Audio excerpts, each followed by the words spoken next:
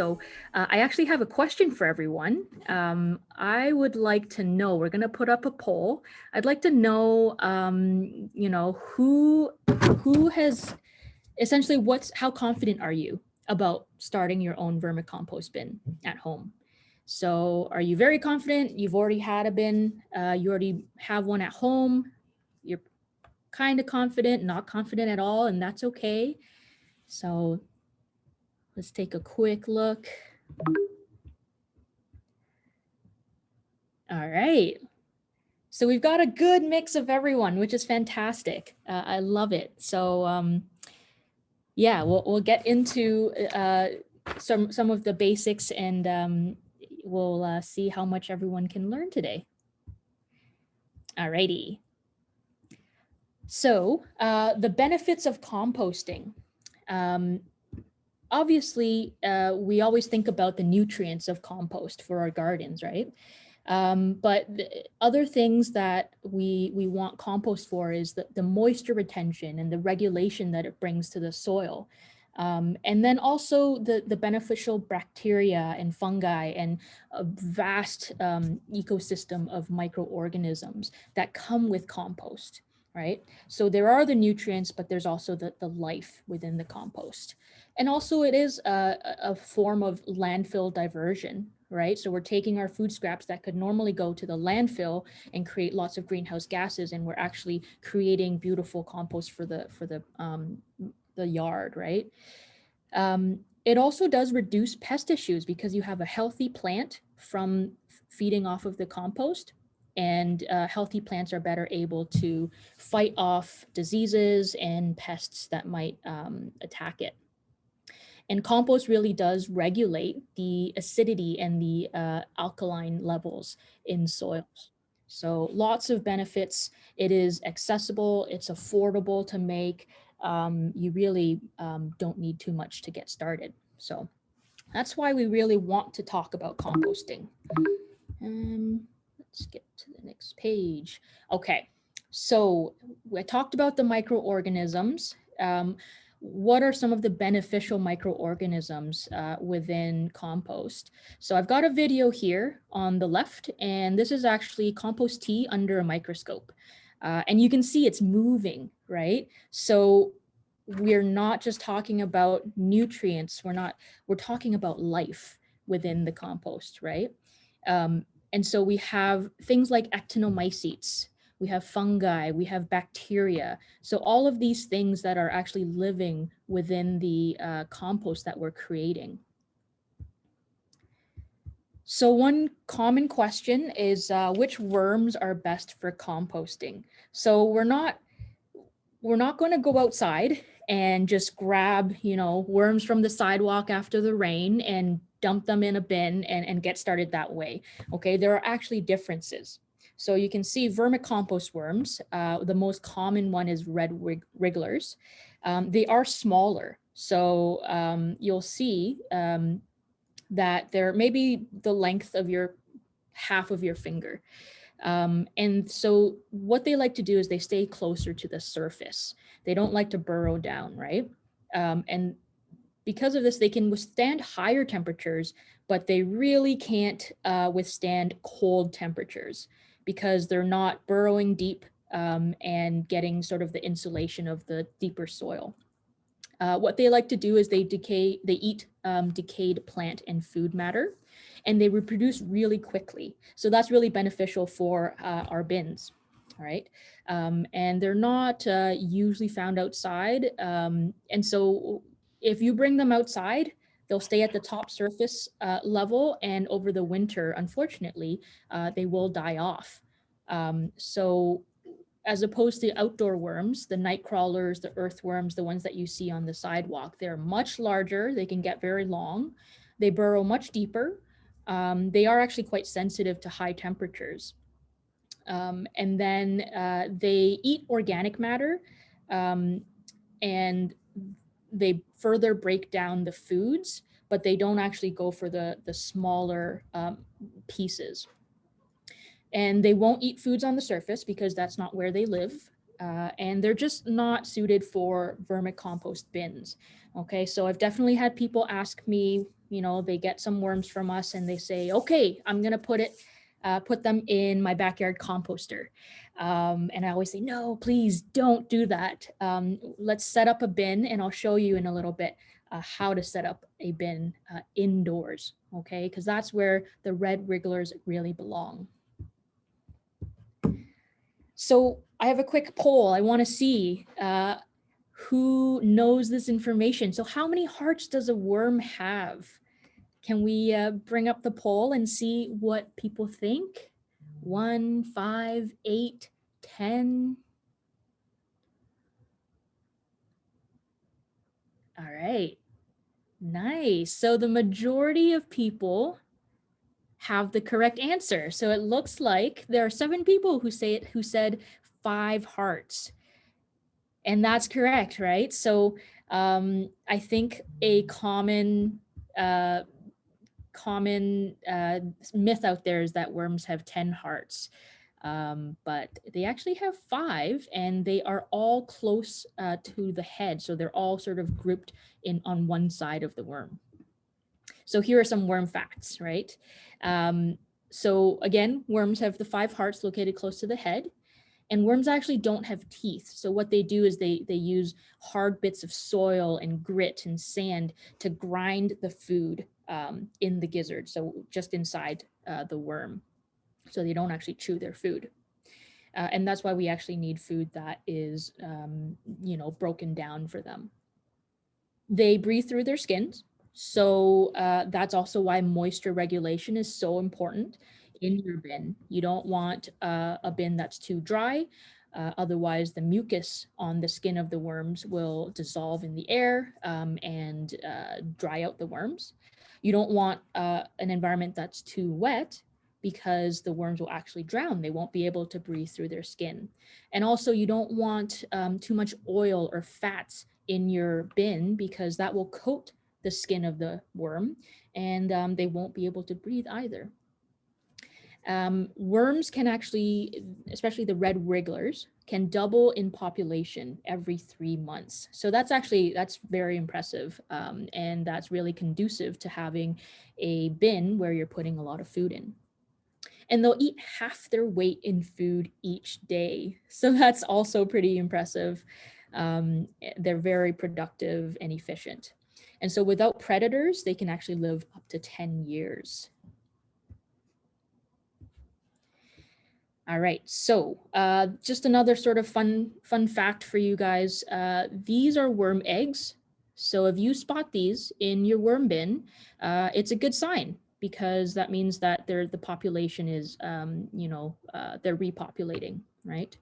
And I believe that the lighter ones are just laid, and then the darker ones are closer and closer to having, you know, baby worms come out. So it's always fun to find these in the bin.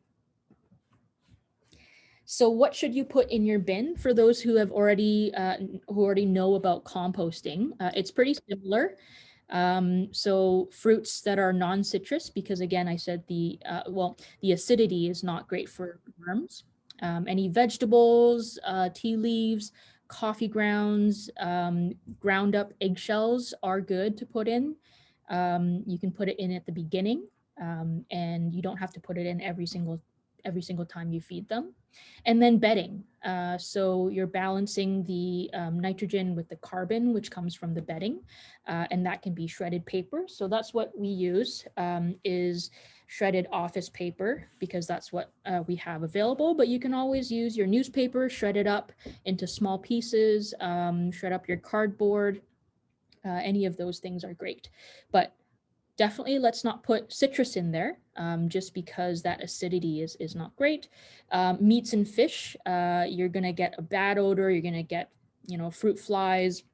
You're gonna get other things attracted, you know, mice that'll come.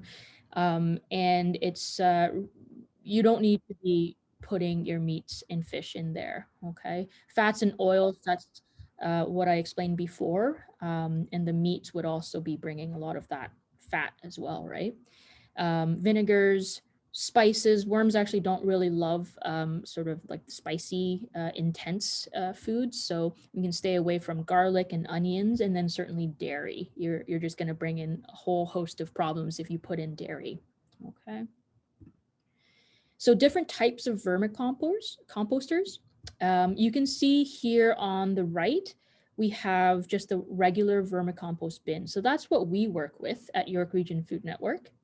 And that's essentially just a Rubbermaid container with a lid. There are other fancier ones out there. So, you know, ones with multiple levels, ones with sort of nozzles that you can drain some of the liquid out of. There's lots of different vermicompost bins out there. But today we'll focus on the Rubbermaid bin. So if you're going to start with worms, how many worms do you want to start with? And that really depends on how much kitchen waste that you produce.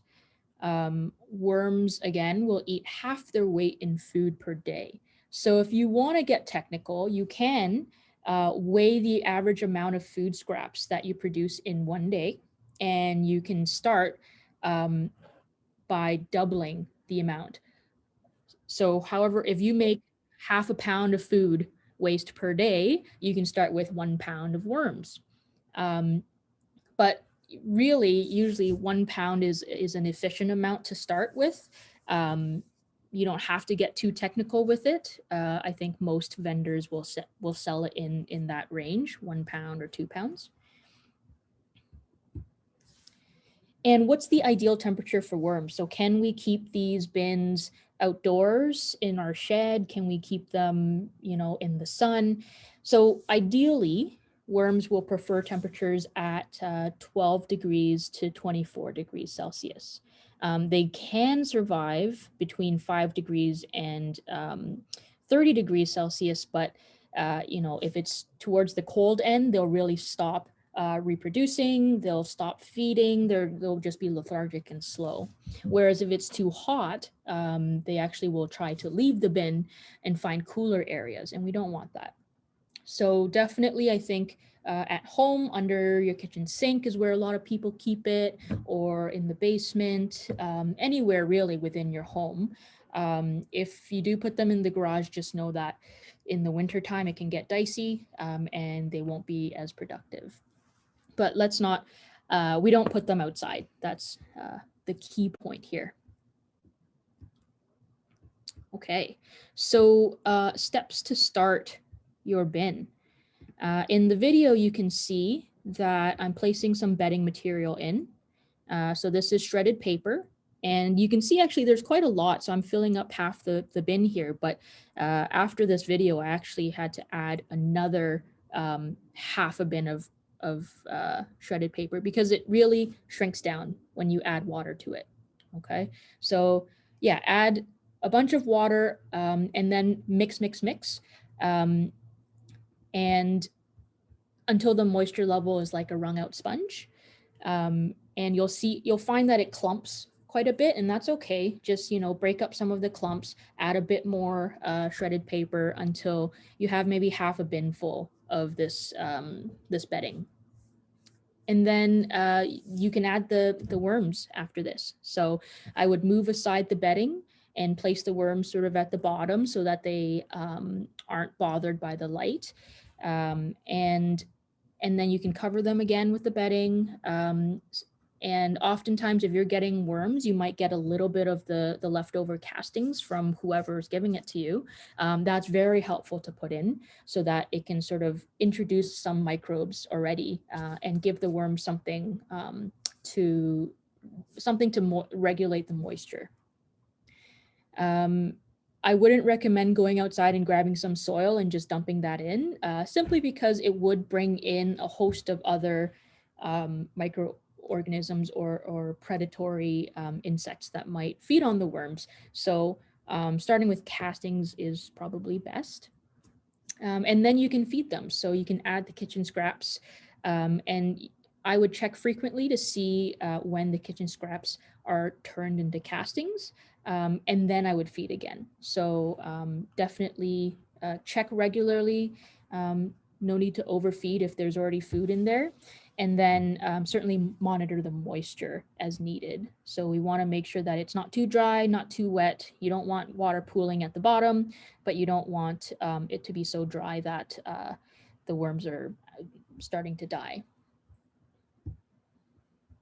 So for food preparation, kitchen scraps can be added as is. So whatever you have at the end of making your meal, you can put it in just however it is. But if you're adding in a whole banana peel, it's not going to be broken down quickly because, like I said, worms don't have teeth, right?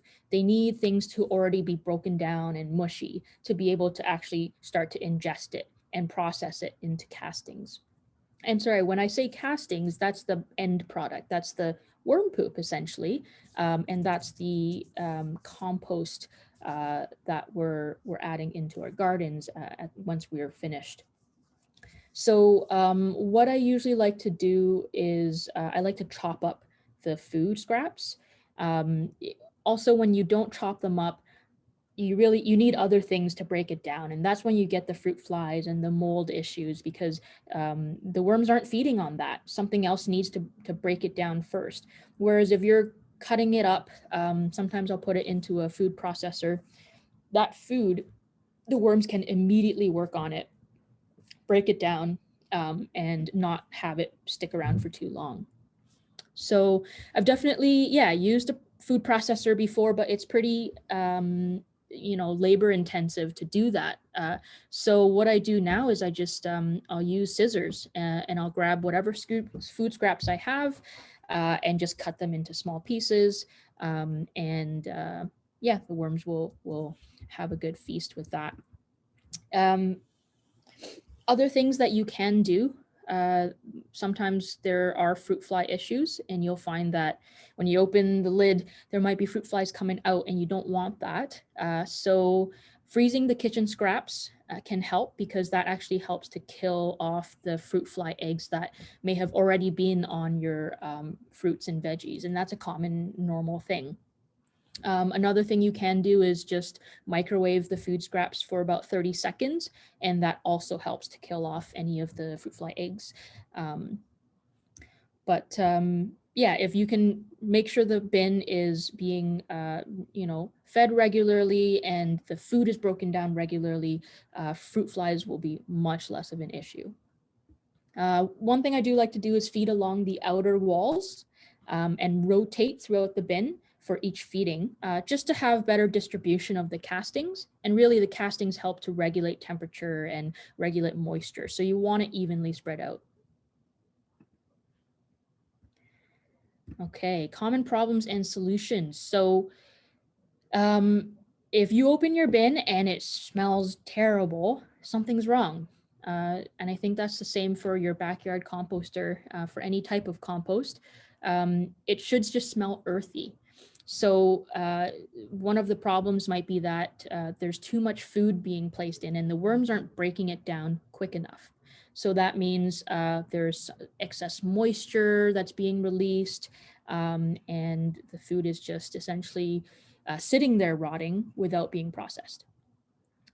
So if there's excess moisture, you can tip up the bin, and then if there's water or the moisture that's at one end of the bin, you can just use a turkey baster or newspaper and just soak up some of that excess moisture, and that should help to regulate it. However, if you find that your bin, there are just like these large dry lumps, it's possible that it's too dry. So you can always sprinkle a little bit of water on top and then mix it up. If you find that your worms are actually all crawling up the sides, which is not something that they usually want to do, they don't want to be exposed, but if they're on the sides when you open the lid, something about the environment is not ideal. So it could be it's too acidic. Maybe some of the foods you've added have been acidic. What you can do is you can add some ground up eggshells. Or if it's too wet, I just talked about the solution for that. And then again, we talked about the fruit flies already. So definitely just keeping an eye on your bin, check, you know, as often as you can. And it's fun to visit the worms, at least I think so.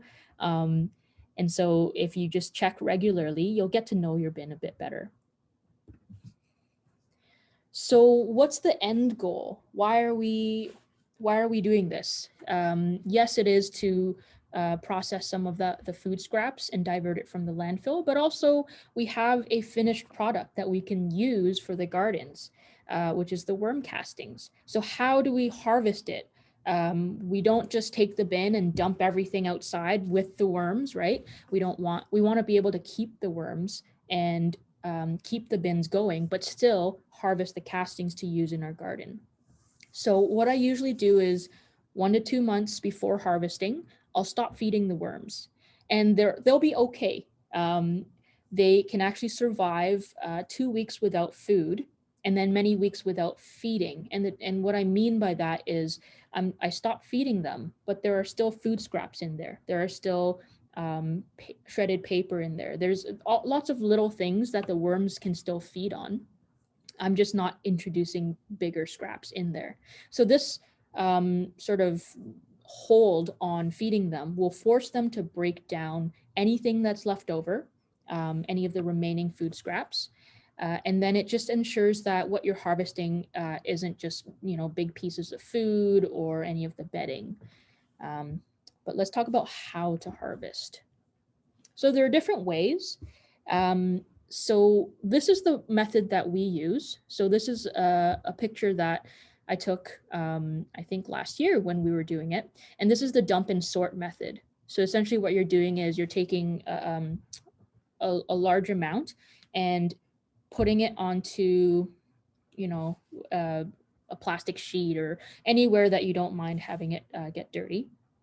And you're going to put it into a pile. And what happens is the worms don't like the light, they don't like being exposed, and they don't like sort of the dry air. So they'll burrow down to the bottom of that pile. And then you can take off the top, and essentially that's harvested castings. This will take a little while. So usually I'll just have some music on and maybe, you know, have something else going on, and I'll dump out each pile and wait 10 minutes and then let the worms burrow to the bottom. Scoop off the top, and then you might have to wait another few minutes for the worms to go down, and then eventually you'll just have a pile of worms. Okay. So the downside to this is that it takes a long time. So there are other ways to do it. So this is, oh, you know what? I'll show you a video. This is just a time lapse of us doing it. So you can see that there are multiple piles. Just to speed things up, I've got my helper who's going to come in and help us. So multiple hands usually make it easier. And you can see the worms sort of burrowing further down each time we scoop up the castings at the top. And then that's it. We've finished that. Here's another way, which is the side-to-side harvesting or horizontal migration. So really what you're doing is you've got the bin, you're not disturbing the bin per se, but you're feeding only on one side, okay? And then the worms will migrate towards that side that you're putting food into and leave the other side so that you can, after a while, start to harvest that side. I've never done it this way, so I can't necessarily answer questions on the ins and outs of that, but I have heard that it is a lot easier. You don't have to sort of dump and wait 10 minutes and that kind of thing. And the third way is vertical or multi-level harvesting. So what you're doing is you've got your bin, and you can have a separate bin where you drill holes on the bottom, okay? And you'll put a little bit of bedding and food scraps into that new bin with the holes at the bottom. And you'll just stack that on top of your current vermicompost bin. And what happens is the worms will sense that food on the top bin and start to make their way up, leaving the bottom bin for you to just harvest. One thing that needs to happen is the top bin should really, the bottom of it should be touching that surface where the worms can go up, because worms aren't going to jump. They need to be able to crawl and sense the food. So this is a method that I've seen done by Evergreen Brickworks. They have a really great system set up there. And obviously you'll want to not feed the worms in the bottom bin so that they'll only go up to the top. And this is just a video of our finished worm castings. This is just what it looks like. It's still nice and moist there. You can see it's sort of crumbly. There's not too many scraps in there. So that's the stuff that you'll want to be putting into your garden, or when you're starting your seeds or having seedlings, you can add that in for a boost of nutrients. And this is a picture from the Evergreen Brickworks system, and they have a rolling harvester. And they just built this thing themselves. But essentially what you do is you dump the finished, like you've sorted out the worms, you dump the finished compost into here, and it'll further sift out any larger materials. And then, so anything like food scraps, leftover bedding materials, and what you're left with is really just the castings at the very end. It's just one nicer step, but you don't really need to do that in order to use your castings.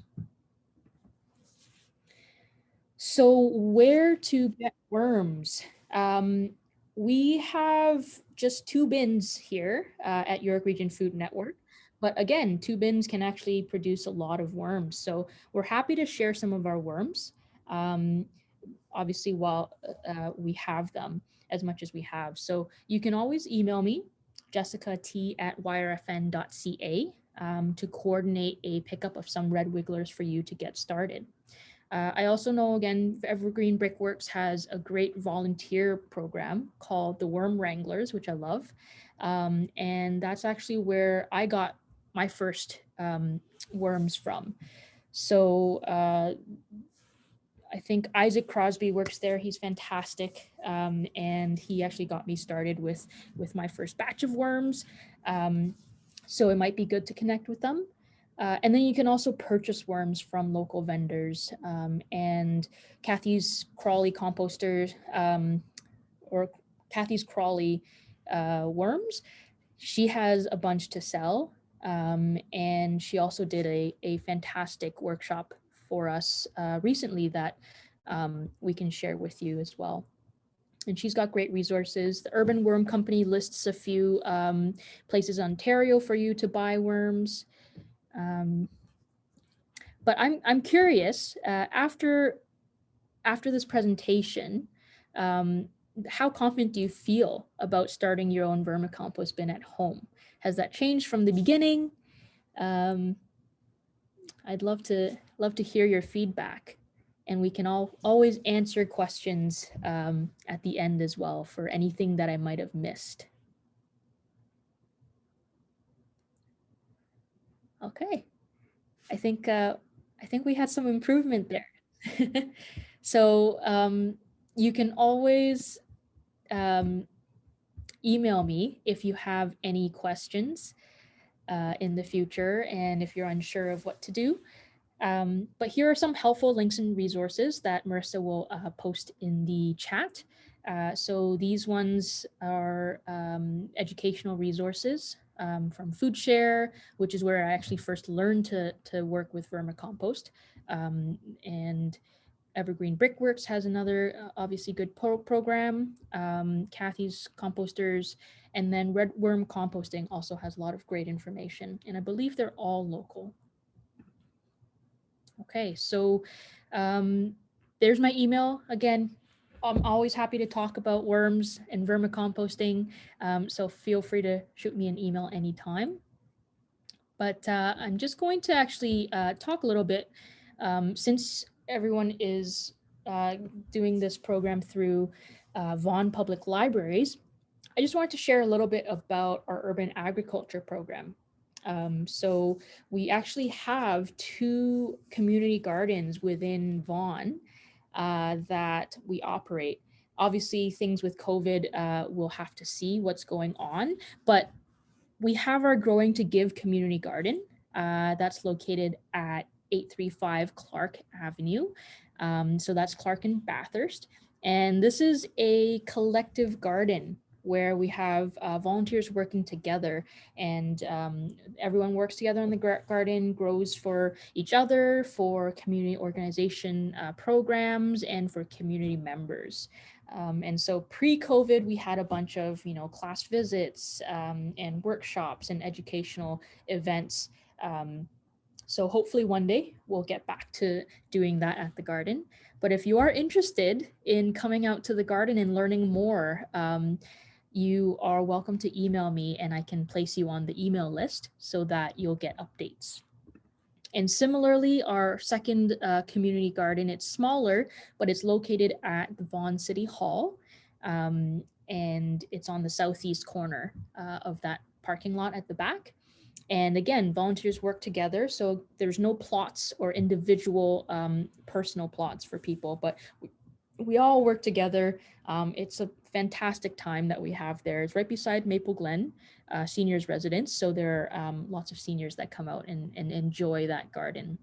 So again, feel free to email me, let me know which garden you might be interested in participating at, and I can place you on the email list, and you can get regular updates on when we're going to be out at the garden.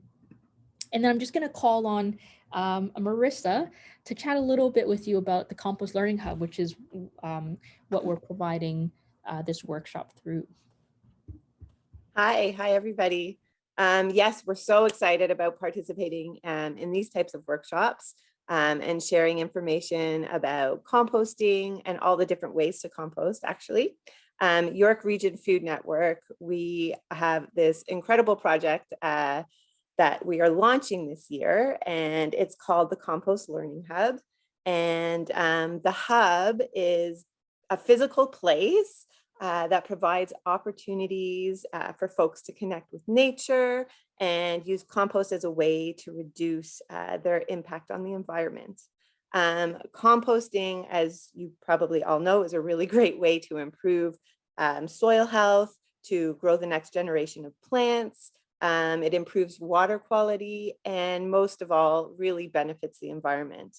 At the hub, we're going to be having some educational workshops and in-person tours, fingers crossed when it's permitted again, that will be held there in the physical space. And we're hoping for the fall of 2021 again, we'll see. But until then, we're going to continue to run online workshops and like this one here. So if you are interested in learning more about this, participating in more types of online workshops in regards to composting and reducing waste and all of that, I'm going to post our email list in the link or the link in the chat for you if you would like to join up on that. And I'll also post a little video, which is an intro to our Compost Learning Hub for you to get a better feel of that. We're so excited about this project, and yeah, if you have any questions, type them out in the chat and we'll gladly answer those too. Thanks so much, Marissa. Did I miss anything there, Jess? No, I think that's perfect. So yeah, we can get into the questions part. I haven't been checking the chat, but let's see, does anyone have any questions or anything that seems kind of confusing from what I said? I don't see any question there. There was one about where to buy worms or get worms, but you answered that question. Yeah. But for those who are on this webinar, if it's quicker for you to unmute yourself and ask a question, please go ahead and do that. No questions. It was very informative and very visual. No questions? Oh, there is another one. Just hold on.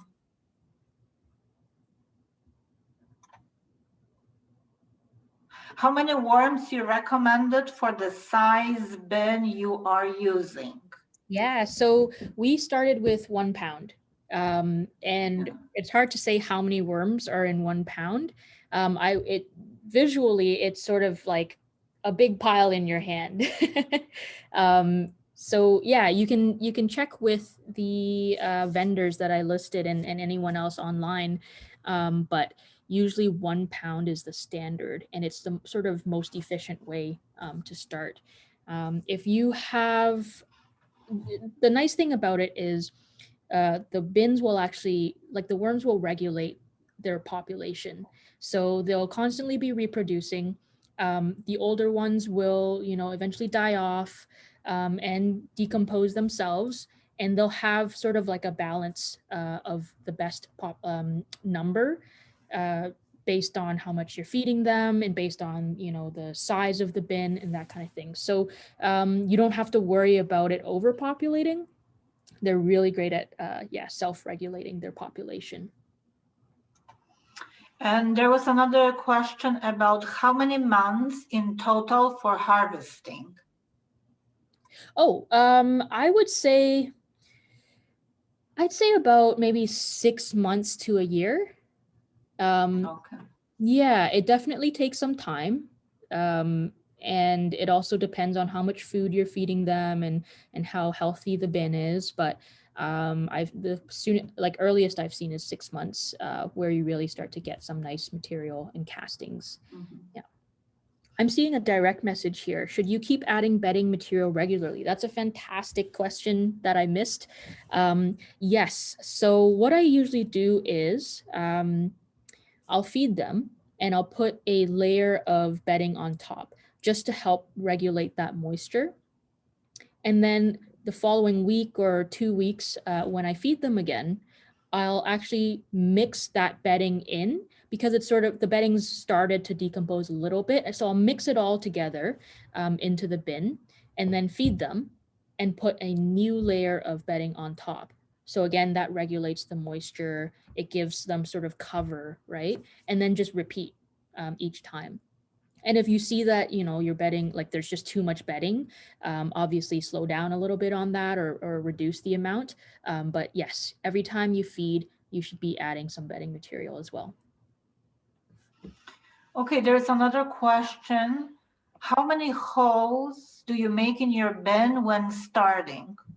Oh, I wish I had the covers with me. I have them, I have the bins with me. I mean, okay, so I've got a tiny little one that I don't recommend you use this size. But say proportionally, like this is how many holes I've got in that lid, right? So as many holes as you can put, really, they'll need that aeration, right? So yeah, I can go grab the lid at some point if there is time, but I don't know, maybe like 12 holes or something. Okay, thank you. Yeah. Another question, sorry if you already mentioned it, where is the best place to get bedding from? So really what we do is we just have a paper shredder at the office, right? And we just obviously shred whenever we have shredded paper. I use that. If you're not in an office, you might actually benefit from asking around, if you have any friends who are working in offices, or even just not during COVID times, but before, I would recommend, popping into an office and just saying, hey, can I get rid of some of the shredded paper for you? Otherwise, you can use newspaper and just rip it up into tiny pieces. The tinier, the better, or cardboard. And if you're living close to Aurora and you really want some shredded paper regularly, email me, and we always have shredded paper to get rid of. So we might be able to hook you up with some. I would also recommend to check with the libraries. We have some shredded paper. So yeah, check out your local branch. Yeah. Yeah, then you can reduce the amount that goes in your recycling bin as well, right? Yeah. There's a comment/question. This is my first session in learning about this, so it is very informative. So basically, all you need is bedding and not soil. And is that correct? Yeah, exactly. So I really don't recommend going outside and grabbing soil and putting that in your bin. I really think like usually when you get worms, there are some castings that come with it, and that's fantastic to put in. But that's really all you need to get started. So your bedding, you want some moisture, so you want water in there. You want to feed them right away, so get some food scraps and kitchen scraps in there. And if you have castings, add it in. And then I usually, when I start a bin, I'll put in some crushed eggshells, like really fine grounded up eggshells. And then I don't add eggshells after that, but it's a good start, good time to put that in. Okay, thank you. Also, I just wanted to mention that with the vermicomposting, we also have another video on the YouTube channel from Kathy at Kathy's Crawley Composters, who's like a local expert as well in composting, and she did a workshop with us, which again I will post here in the link in the chat for you. So if you have any further inquiries, maybe that will give you some more information about vermicomposting. And on the YouTube channel, on our York Region Food Network YouTube channel, we do have loads and loads of workshops now, and quite a few about different styles of composting and maybe what type of composting suits you. So if you did see this, and I did see a couple people that were like not at all confident, one or two people are like still kind of thinking about it.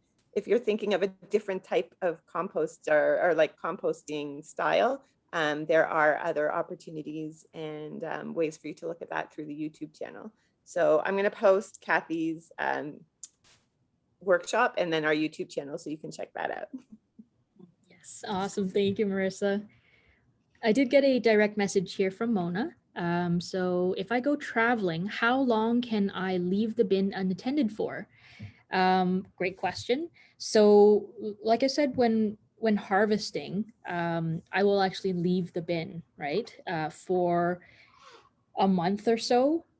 So honestly, a month, even a little bit more is okay. I've actually found there was one bin that I harvested worms from, but obviously you can't get all the worms. And so I left that bin because it just had castings in it. And I wasn't feeding it. I wasn't attending to it. It just had castings that I was storing for a while. I went back and actually there were still some worms in there. Like they're really incredible. If you've already got an established bin, they'll have things to feed on, right? So if you've just started a bin and it's mainly bedding materials, maybe you don't want to leave them. You don't want to go traveling at that time. But if you've got a bin that's already well established, it's mainly castings, that will already help to regulate the temperature and the moisture, and likely you'll already have food scraps in there, but just maybe feed them a little bit extra. And I would say you can go away for a month and they'll still be back. They'll still be around when you come back. If the longer you go, maybe the smaller the population of worms will become, because you might have some dying off, but you'll find quickly that you can build up that population again as soon as you feed them. So yeah.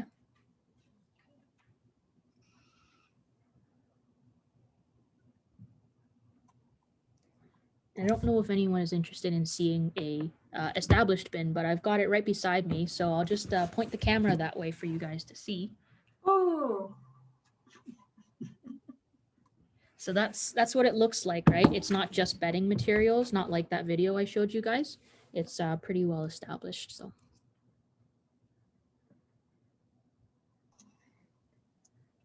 Are there any more questions? I don't have anything here. Ladies, how about someone just commented and asked, please show it again. oh yeah, sure. Yeah. I don't know if you want to see the worms, but I can find some worms for you. That's my favorite thing to do, actually, is to say hi to the worms. Now I know Nina. Yeah, Nina is not a big fan of the worms, right? So you might want to close your eyes. But let's see if I can find some nice ones for you. So this bin has is actually going through that harvesting phase. So I haven't fed them for a little while, but they're quite happy. I don't know if you can see them. There you go. So you can see why I say that they're actually quite small, right? They're not big like the earthworms that we have outdoors.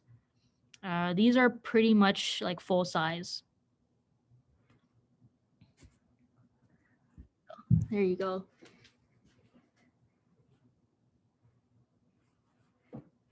So I definitely would say don't play with the worms too much. That will stress them out, and we want to respect them, right?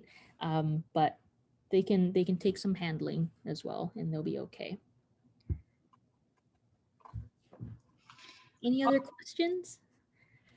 I don't have anything as a direct message to me. Maybe you should check your feed. Yeah, I think I'm good. I don't see anything here.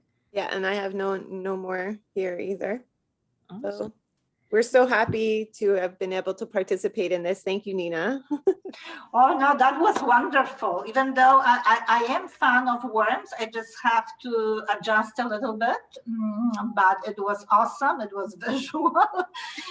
It was very informative. And just please, oh, there's another question. You said that red winglers won't survive the winter, but a friend asked me if the little red worms in the garden were a problem. And I told her, no, they are great. So how did they survive? Are you talking about garden worms or indoor red wrigglers? Because they both look red sometimes, Oh, but okay. it might be, you might be talking about earthworms if you're talking about in the garden outside. Yeah, she's talking about the ones in a garden, and I think that participant is working under the assumption that they're the same, but you're saying that there are different ones, right? Yes, exactly. Okay. So again, the distinction is red wrigglers are meant for the surface level, so they're perfect for the vermicompost bin, but we don't want to bring red wrigglers outside because they're not going to survive the season of winter, and you'll just have to go buy more. They're really most productive inside the house in your bin, whereas the earthworms, they're productive outside, so we don't bring them into the bin. They don't love that environment. They like to burrow much deeper and be outside, and they can survive over winter.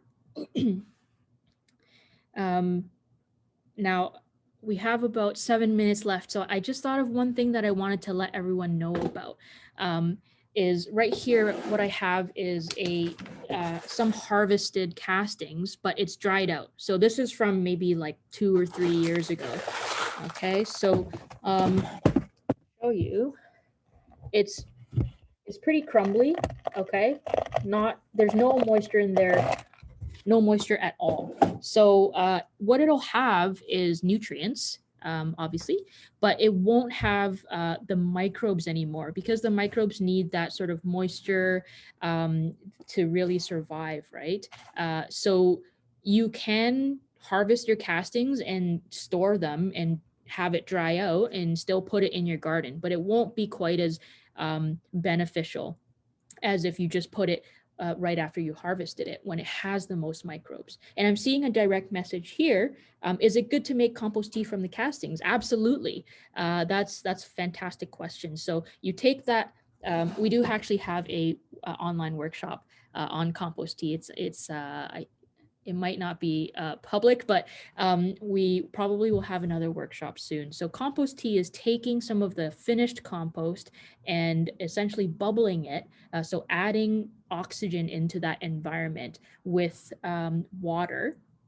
And so the water that's left over after maybe like 24 or 48 hours of aerating it, the compost, is the compost tea, and that's what we would use to water some of our plants.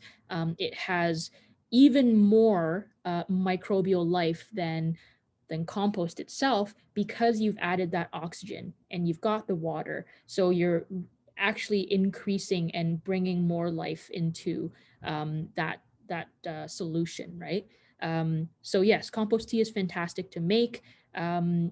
You get the healthiest compost when there's air. So when a lot of the microbes require air, require oxygen, and so to aerate that, you actually promote the beneficial microorganisms, the beneficial bacteria, fungi, nematodes, protozoa, whatever it is in there. So you don't want compacted, wet, anaerobic compost.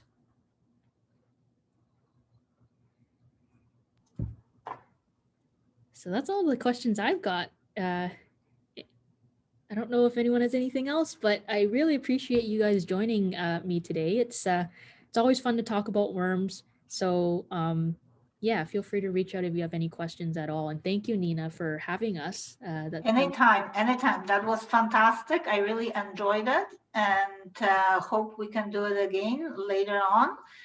And for the participants, please check out Vaughan Public Libraries webinars. We always have something on Thursdays, either at 2 o'clock or 7 o'clock at night. If you have any suggestions, just please email me or chat with a librarian online. We are always open for new ideas and topics and organization that you would like us to host. So thank you again. Thank you, ladies. Awesome. And hopeful to see you next time.